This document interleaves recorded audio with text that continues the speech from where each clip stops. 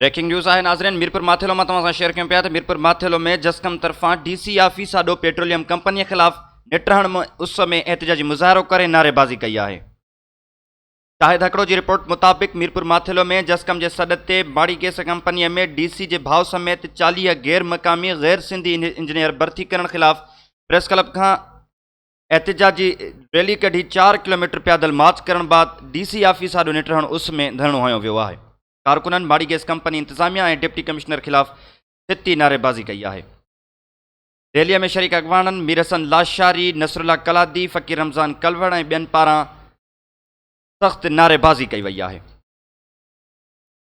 Rally में Indus Congress, SUP, PP शहीद भुट्टो जसम कारकुनन शिरकत कई है। डीसी ऑफिस आॾो धरणे का बाद खिताब कंदे जस्कम ज़िले अगवान फ़कीर रमज़ान कलवड़, मीर हसन लाशारी, नसरुल्ला कलादी, हनीफ सुमरो, अब्दुल मजीद मीरबहर, राजा सिंधु और बेन पारां चयो वियो है त माड़ी गैस कंपनी जो जॾहिं खां बुनियाद पियो है तॾहिं खां हू लोकल माण्हुनि सां ज़्यादतियूं करे पई। हुननि चयो त माण्हू गैस कंपनी इंतजामिया मक़ामी माण्हुनि खे सहूलतूं ॾियण बदिरां लोकल माण्हुनि सां ज़्यादतियूं कयूं आहिनि ऐं सहूलतूं ॾियण बदिरां हमेशह नज़रअंदाज़ कयो आहे।